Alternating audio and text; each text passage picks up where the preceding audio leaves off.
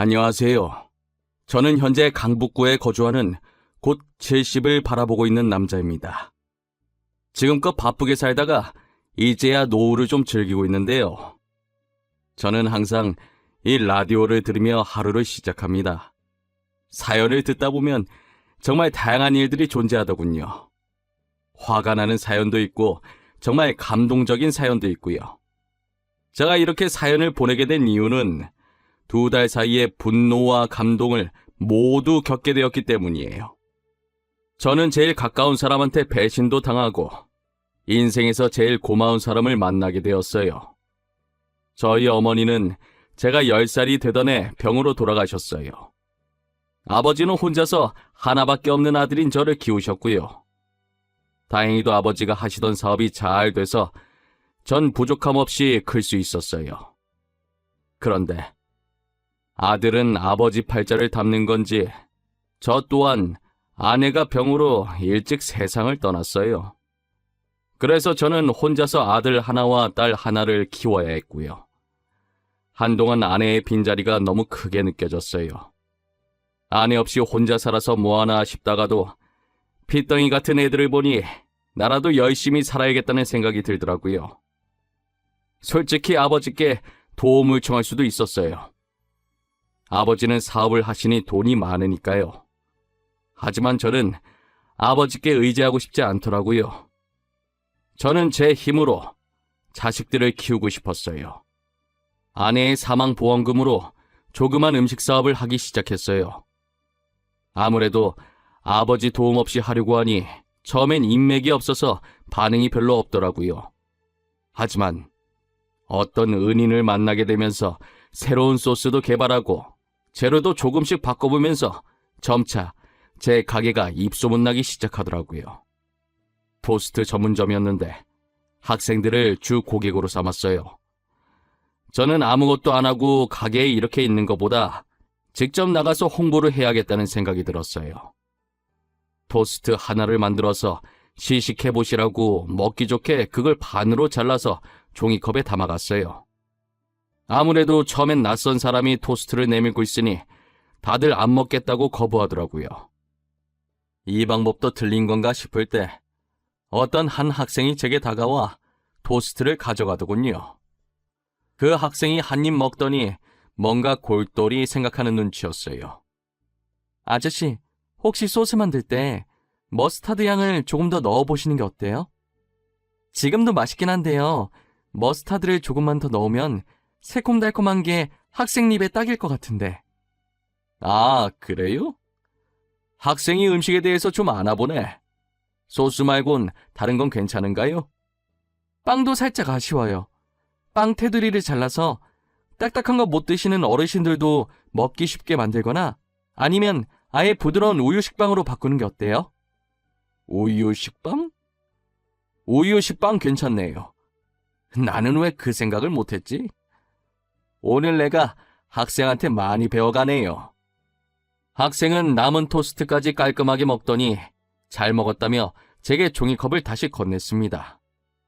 종이컵을 건넨 학생의 손에는 화상 자국이 있었어요. 어쩌다 그런 흉터가 생긴 건지 궁금했지만 물어보는 건 예의가 아닌 것 같아서 잘 가라고 인사만 했어요. 저는 다시 가게로 돌아와 학생이 말해준 대로 소스를 다시 만들기 시작했어요. 오는 길에 식빵도 새로 사서 부드러운 우유 식빵으로 바꿨고요. 만들어 먹어보니 제가 전에 만들었던 것보다 훨씬 부드럽고 맛있었어요.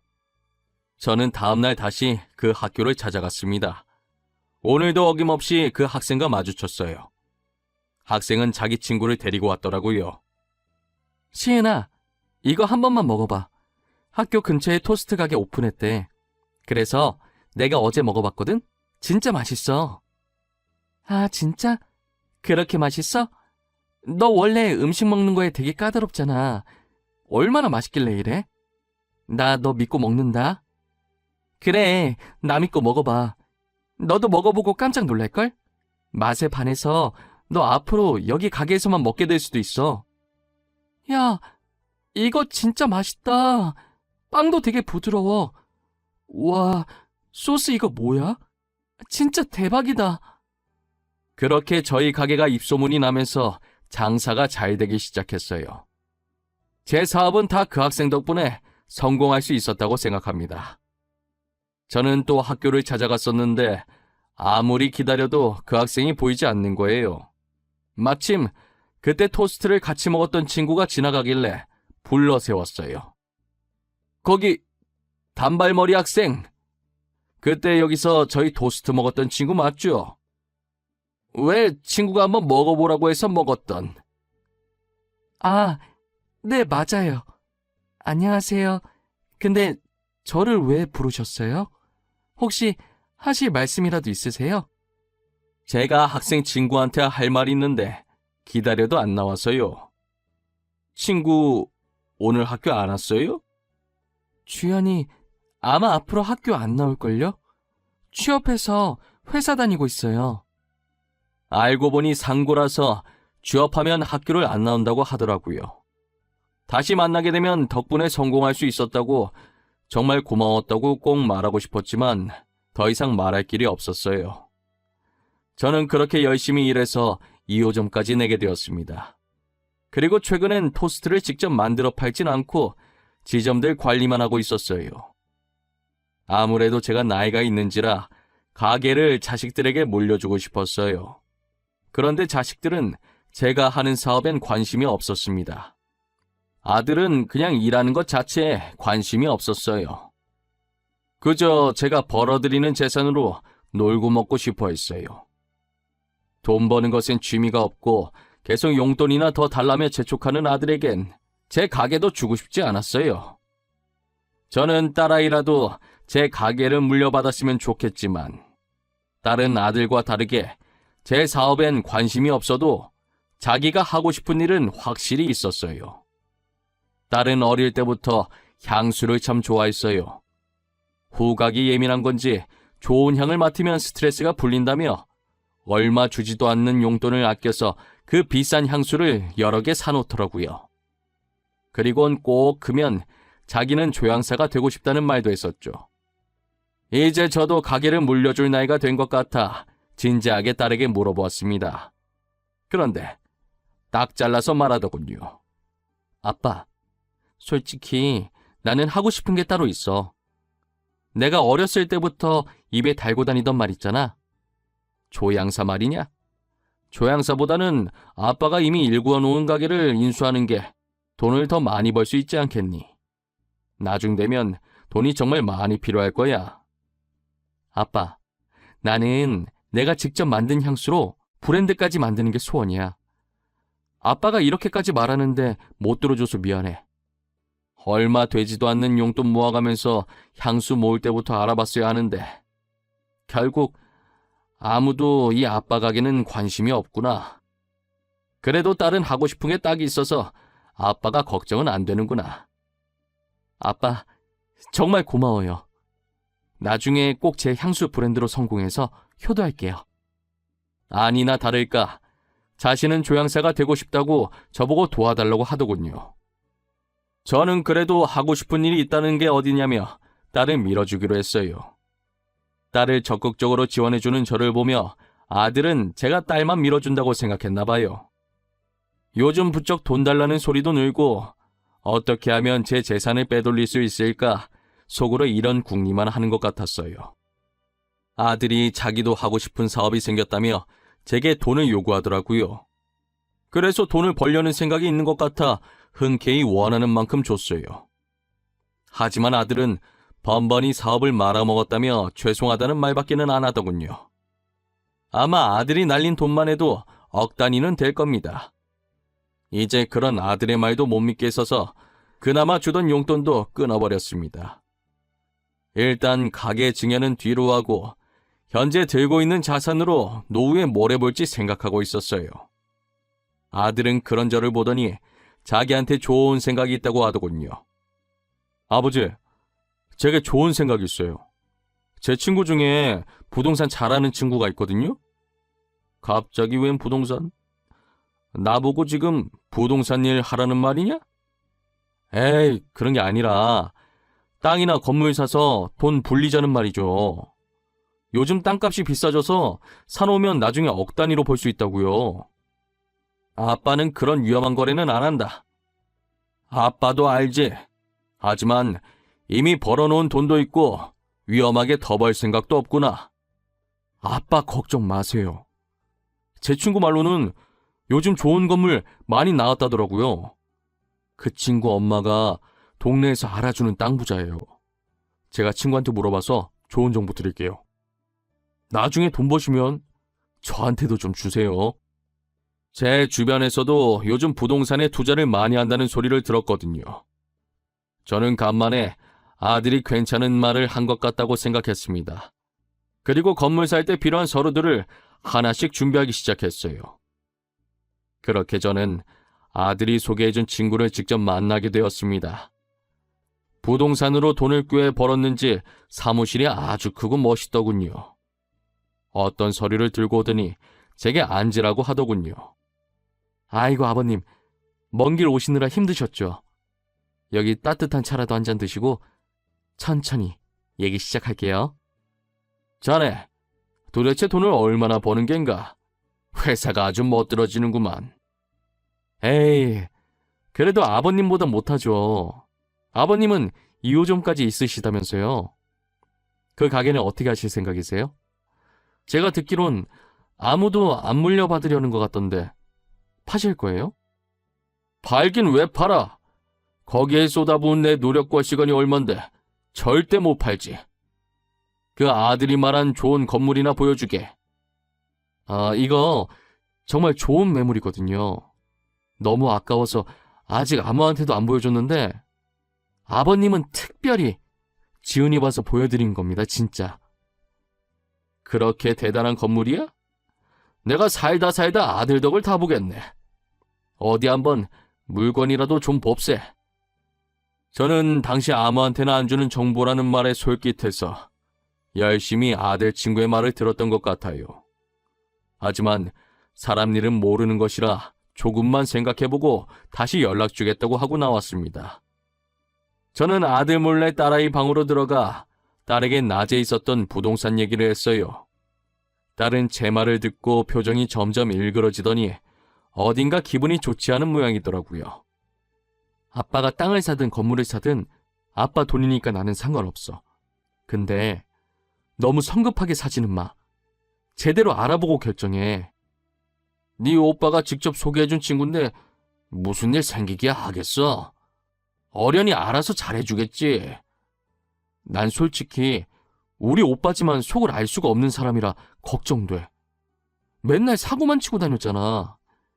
끼리끼리라는 말도 있는데 친구도 이상한 사람일 것 같아. 그래도 네 오빠인데 그런 식으로 말하지 말어.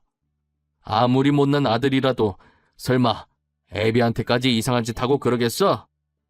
딸이 제게 돈과 관련한 일들은 가족이라도 뭐든 의심해보라고 하더군요. 저는 딸아이의 말도 맞다고 생각해서 결국 사려 했던 건물은 보류하기로 결정했습니다. 아들 친구에게 일단 조금만 더 생각해보고 싶다며 의사를 밝혔어요. 얼마 지나지 않아 아들이 제 방으로 뛰어 들어오더군요. 아버지, 방금 친구한테 전화 받았는데 건물 안 사신다고 하셨다면서요? 진짜예요? 그 아까운 걸 진짜 안 사실 거예요? 그래. 그래도 거래는 신중하게 해야 되니 네 친구한테는 더 생각해보겠다고 말했지. 아니, 그 좋은 건물을 도대체 왜 안 사시는 건데요? 친구가 진짜 아까운 매물이라 아무한테도 안 보여주고 아버지한테만 보여줬다고 하던데. 아무리 좋은 매물이라도 내가 안 사고 싶으면 안 사는 거지 무슨 문제 있냐? 아버지, 왜 이렇게 답답하게 구세요? 이런 좋은 기회 흔치 않아요. 왜 바보같이 이 기회를 안 잡으려고 하시냐고요? 그 건물이 그렇게 좋으면 네가 대신 사거라. 난 살 마음이 없으니까. 그리고 더 이상 할 말도 없다. 이제 그만 방에서 나가렴. 아들은 하루가 멀다 하고 제 귀에 딱지가 않도록 잔소리를 퍼붓더군요. 그러면 그럴수록 저는 건물 사고 싶은 마음이 더 사라져갔어요. 어느 날 딸은 누가 쫓아오기라도 하는 듯 헐레벌떡 집에 들어오더니 집에 아들이 없다는 것을 확인하고 제 방에 들어오더라고요. 아빠, 혹시 그 건물 샀어? 저번에 오빠 친구가 말한 그 건물 말이야. 아직 안 샀는데 왜? 네 오빠가 너한테 나 좀 설득해보라 시키더냐? 그게 아니고 일단 안 산 거지? 다행이다. 아빠, 그 건물 절대 사지 마. 무슨 일이 있어도 사지 마. 알겠지? 뭐 때문에 네가 이렇게까지 흥분하는 거냐? 하도 네 오빠한테 시달려서 사고 싶은 마음도 사라졌다. 오빠 진짜 미친 거 아니야? 어떻게 아빠한테 사기칠 생각을 하냐고. 내가 찝찝해서 경찰인 친구한테 좀만 알아봐 달라고 부탁했단 말이야. 근데 지금 그 건물 주인도 난리래. 도대체 무슨 일인데 그래? 네 오빠가 나한테 사기를 쳐? 무슨 사기? 오빠 친구라는 놈이 글쎄 사기꾼이래. 아빠한테 보여준 건물로 사기치고 다녔다니까. 내가 이상하다고 했잖아. 진짜 뒤가 구린 놈이었어. 딸 말대로 아들 친구가 제게 보여준 건물은 주인이 따로 있었어요. 그리고 내놓지도 않은 자기 건물에 사람들이 찾아와서는 이 건물 자기들이 샀다고 난리치고 있나 봐요. 건물주도 지금 이 일 때문에 골치 아프다 하더라고요. 알고 보니 아들이 저한테 사기쳐서 돈을 빼돌리려는 계획이었대요. 친구한테 어느 정도 돈을 떼주고 자기가 다 가질 생각으로요. 제가 사기당한 걸 알게 되면 그래도 아들 친구인데 봐달라는 식으로 저를 달래려는 생각까지 했대요. 그런데 아들이 잠깐 그 사기꾼 친구랑 만나는 도중에 경찰이 들이닥쳐서 아들놈도 공범으로 같이 잡혀갔습니다. 아들은 저한테만 사기치고 빠지려고 했다고 억울해 하더군요. 어리석은 아들놈은 자기 친구가 정말로 사기꾼일 줄은 몰랐던 거죠. 아들 친구는 말로만 듣던 사기전과 산범이었습니다. 저 친구한테 당한 피해자도 정말 많았어요. 전 버르장머리 없고 무능력한 아들이 꼴보기 싫어서 집에서 쫓아냈습니다. 아들도 친구와 같이 고소를 당했다고 하더라고요. 고소를 당하든 말든 신경도 안 썼습니다. 저는 이제 아들 없다고 생각하려고요. 한동안 시끄러웠던 집안이 시간이 지나면서 다시 잠잠해졌습니다. 저는 다시 가게를 어떻게 해야 할까 곰곰이 생각하다가 갑자기 몇십 년 전 제게 소스를 알려줬던 학생이 생각났어요. 하지만 그 학생을 찾고 싶어도 학생의 이름조차 기억나지 않아 찾을 방법이 없었어요. 그러다 저는 우연히 그 학생을 찾게 되었습니다. 딸과 외식을 하려고 어느 고깃집에 들어갔어요. 거기서 홀서빙으로 일하고 계시던 여성분이었어요. 그분께서 반찬을 주려고 저희 테이블로 오셨는데 반찬을 건네주는 손에 그때 그 학생과 똑같은 화상 흉터가 있는 게 아니겠어요. 실례합니다. 혹시 땡땡 고등학교 다니시던 분 아니신가요? 네, 맞아요. 어떻게 아셨어요? 저랑 아시는 분이신가요? 선생님이세요? 아니요. 선생님은 아니고요. 그 학교 앞에 있던 토스트 가게 기억하세요? 종이컵에 시식해보라고 하면서 홍보하고. 토스트라. 아, 기억났어요. 제가 그때 주제넘게 혼수 두고 그랬었는데 그 가게 사장님이세요? 저는 몇십 년이 지나 드디어 그 학생과 재회를 하게 되었습니다. 다시 보게 되니까 너무 반갑더라고요. 그분도 저를 알아보시더니 반갑게 아는 척 해주시고요. 다시 학교로 찾아갔었는데 취직해서 이제 학교 안 오신다고 하더라고요. 회사 그만두고 여기 사장님 되신 거예요? 아니요, 알바생이에요. 그때 저희 아버지가 사업하셔서 아버지 회사로 들어간 거였어요. 지금은 사업이 망해서 아르바이트나 하면서 지내요. 괜찮으시면 저랑 같이 일하지 않으실래요? 그 토스트 가게는 주연 씨 아니었으면 진작 망했을 거예요. 아, 제가 뭐 한 게 있다고요. 원래 사장님 토스트 맛있었어요. 제가 아니었더라도 분명 잘 됐을 거예요.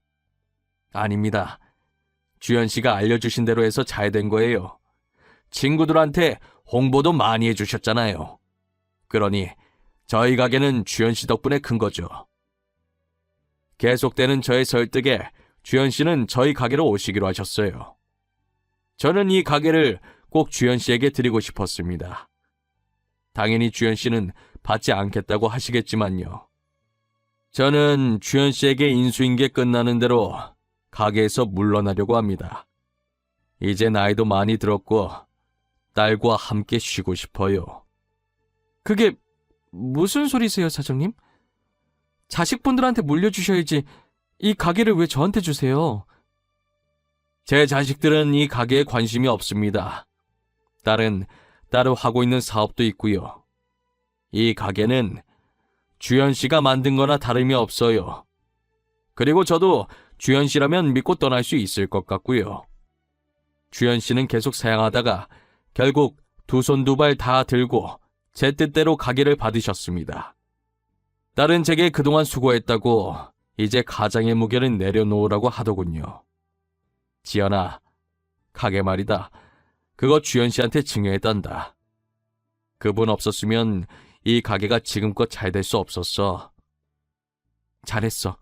나는 그 선택 정말 잘했다고 생각해. 지금껏 혼자 우리 키운다고 고생했어. 나 이제 쉬어도 되겠지? 조금 더 버티다가 쉴 걸 그랬나? 아니야. 아빠는 쉬어줄 필요가 있어. 걱정하지 마. 앞으로는 내가 아빠 잘 모실 거니까. 딸은 제게 정말 잘했다고 이제 아무 걱정하지 말라고 하네요. 제가 비록 아들은 실패했지만 딸 하나는 정말 잘 둔 것 같습니다. 지금은 딸이 말한 것처럼 아무 걱정 안 하고 행복하게 이 삶을 즐기고 있어요. 가끔 둘이서 놀러도 다니고 맛있는 것도 먹으면서요.